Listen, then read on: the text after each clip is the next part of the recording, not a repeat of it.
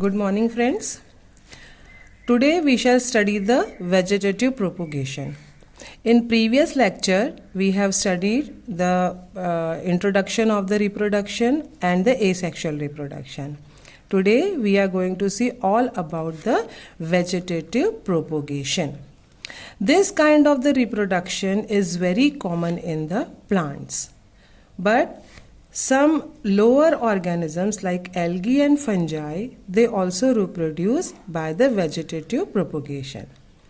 Vegetative propagation in algae and fungi is known as the fragmentation. In fragmentation, the organism's body, suppose this is the algae and oscillatoria. Oscillatoria is the example of vegetative propagation in algae. So it is also filamentous algae, such kind of the filamentous algae. This is the filament of the oscillatoria.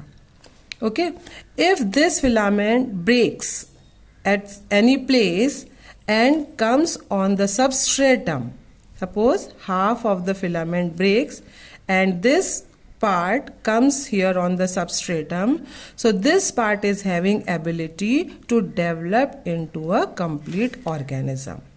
So this is known as the fragmentation. Means fragmentation is simply the breaking down.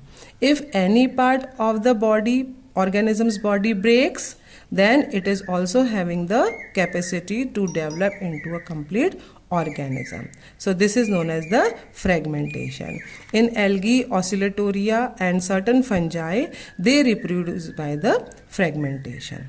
Then mainly we use this term vegetative propagation in the plants. Why do we say vegetative propagation? Because in general plants have two parts. One is the vegetative part, which includes root, shoot and the leaves. Right? These are the vegetative part of the plant, root, shoot and leaves, and other is the reproductive part of the plant. Reproductive part of the plant includes flower. Okay, because flower has the male reproductive part, that is the androecium, and female reproductive part, that is the gynoecium. These parts produce male and female gamete, and that is why we call flower a reproductive part. Okay, so flower is the reproductive part and these are the vegetative part of the plant. Sometimes these parts are also capable of producing its own kind. Means roots also can be developed into a new plant, shoot as well as the leaves. That is why we call it the vegetative propagation. Let us see some example. Like root, you see that root means you can take the example of the carrot or the radish.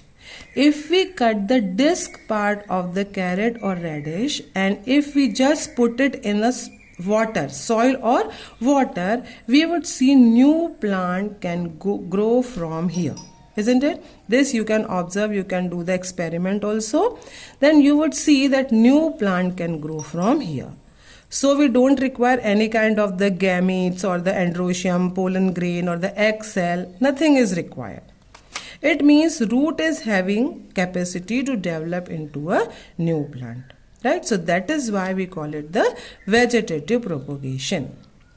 Vegetative propagation, we can divide it into two parts: natural vegetative propagation and artificial vegetative propagation.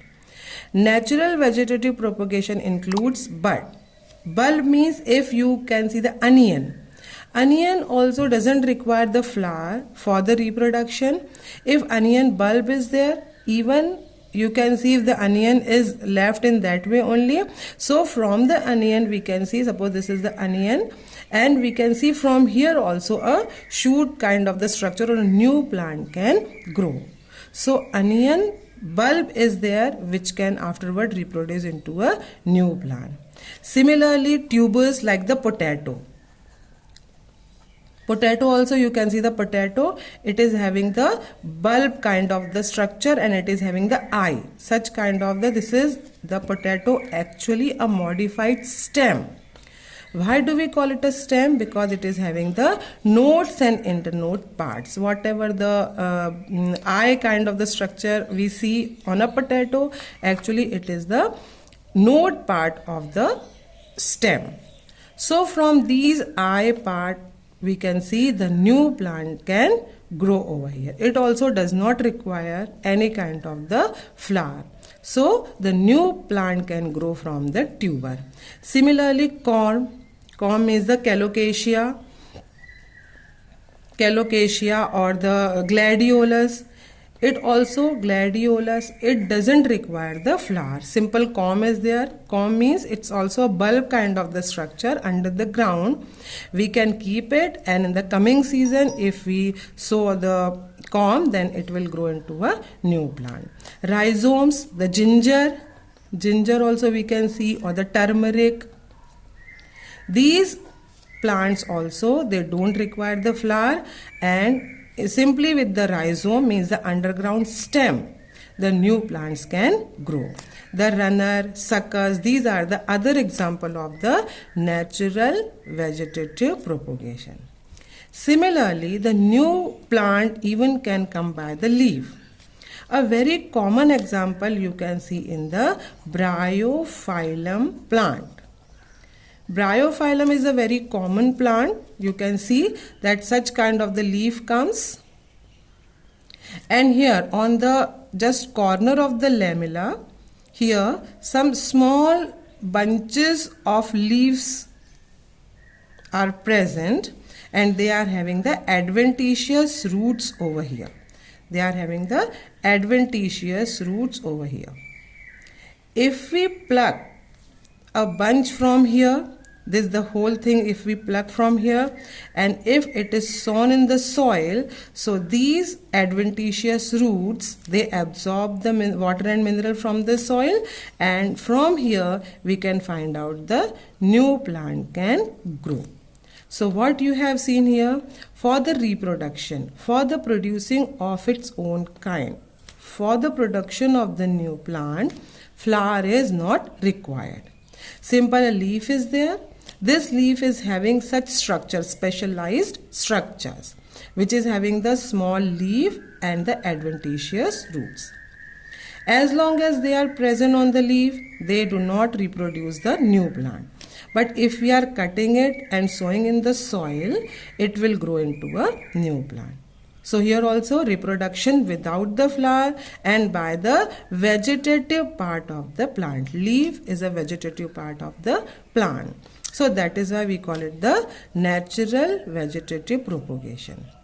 Other type of the vegetative propagation is artificial. To gain some good results, the farmers, they perform the artificial vegetative propagation. Stem cutting is a very common kind of the artificial vegetative propagation. This kind of the reproduction is very common in rose. So simply during the season, the rainy season, we can cut the stem of the rose, whatever desired quality of the rose we want, we can cut the stem, but stem must have the node and internodes. Okay, so what is node and internode? Suppose it's a stem. This is a stem. So you can see that on the stem certain thick structures are present over there. These are known as the nodes, because these are the places from where the branches can come, or at the time adventitious roots can come. So the stem must have the nodes, right? And the distance between the two nodes is known as the internode. So the nodes and internodes must be present. We have to take care that while doing stem cutting, the stem must have the nodes and internodes. Then this stem, if we are sowing in the soil, so nodes are having the capacity to develop the adventitious roots. Adventitious roots develop from here and a new plant can grow. So this is the stem cutting. Simple, we can cut the stem. We sow it in the soil. We have to take care that stem must have the nodes and internodes. From the nodes, the adventitious roots come. Why the roots are important? Because roots absorb water and mineral from the soil, which further provides to the different parts of the stem so that the new parts can grow. Okay. Then comes the grafting. In the grafting, we can say, if we want the combination of the two plants, say if we are having the two rose plants, one rose plant is having the roses are of very good color and the other plant is having the size of the roses very good, and if we want to mix both the qualities, then grafting is done. Okay, so this is known as the stalk, the one part of the plant which is present in a pot. Okay, so this is the potted plant. Whatever plant we are taking in the pot, that is known as the stalk part. It is being cut from here. A cut is put over here. So this is cut from here. And the another plant, we have to take the such kind of the stem from here, and this part is put over here afterward. Okay, and this is known as the graft. This is known as graft. This graft is afterward layered by the soil and keep it as such for a while. For certain days, then we would see here the adventitious roots come, and from here the new plants can grow. This plant would be having the features of both the plants, the good quality as well as the good quantity or the color or the size, whatever we want to incorporate in this new plant, both the qualities we can take in this new plant. So in grafting, what we do, we take the two qualities. This is the stalk and this part is known as the scion. The another one which we are taking from outside, that is scion, and stalk means already the potted plant. From here the roots are there and roots are taking water and mineral from this pot, from this soil. So this is the stalk and this is the scion. Okay, same the layering. Layering is also there. Layering means, suppose the plant is having a kind of the cylindrical stem. So this is a creeper kind. This runs just near the ground. Whenever this node touches the ground, from here the adventitious roots grow, and from the aerial bud the new plant grows over here. So such kind of the reproduction is known as the artificial vegetative propagation by layering. Then another is the tissue culture, very very important, and nowadays very good for the to growing the desirable quality of the plant. Okay, suppose a plant is very good and we want exact copy of the plant. One plant is there which gives very nice flower or say crop, whatever crop is there. It gives very nice crop which is having good nutritive value.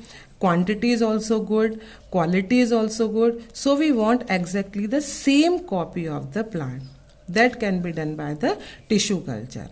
In tissue culture, they just take the tissue from anywhere of the plant, maybe from the root, or maybe from the shoot, or maybe from the leaves. A tissue means the small bunch of the cell or few cells. Cells means the few cells are known as the tissue. Why so? Because plant tissue is the totipotent. Totipotent means the total potential. And this is the specific characteristic of the plant, that the tissue or the cells, they are totipotent, means they are having the total potential to develop into a complete plant. So this property is known as the totipotent property. Okay, so from the root or from the shoot, from the leaves, the few cells or tissue is taken, and this tissue is kept in a culture medium. Okay, culture medium means in a test tube, and this culture medium is having the certain glucose because it provides the energy plants to grow. Then certain plants hormones are also present, like the auxins, gibberellins, which help in the formation of the different parts of the plant. Okay, then inert oxygen is also present. Inert nitrogen is also present, because inert nitrogen provides the protection to the developing plant. It's not oxygen, I'm sorry, it's nitrogen. Inert nitrogen is present over here, which provides the protection to the plant. Then this small cell are kept in this nutritive medium. In the nutritive medium, these cells further they divide. The division of labor takes place. What is the division of labor? That these cells afterward they divide into various kind of the plant cells. Means the collenchyma, parenchyma, sclerenchyma. These are the different types of the plant tissue, and they form the different parts of the plants. Right? So all these environment, it provides the cell or the tissue to do the division of labor and form the diverse kind of the plant tissue, which further develop into the root, shoot and leaves. So here the small plantlet with the small roots kind of the structure, they grow. Afterward it comes out, all these things are taken out, and afterward they are sown in the soil. So since the cells are the same, and these cells only they divide and they grow into the new plant, this new plant exactly the same plant, or we can say the clone of the plant from where we have taken these cells. So for the good quality of the plants, if we want, or we want to take the a very nice crop or good yield, then we have to perform the tissue culture. So tissue culture also a kind of the artificial vegetative propagation. Right? So I hope you understood all the methods of the vegetative propagation, especially in the plants. Okay? So next lecture we will be studying the sexual reproduction in plants.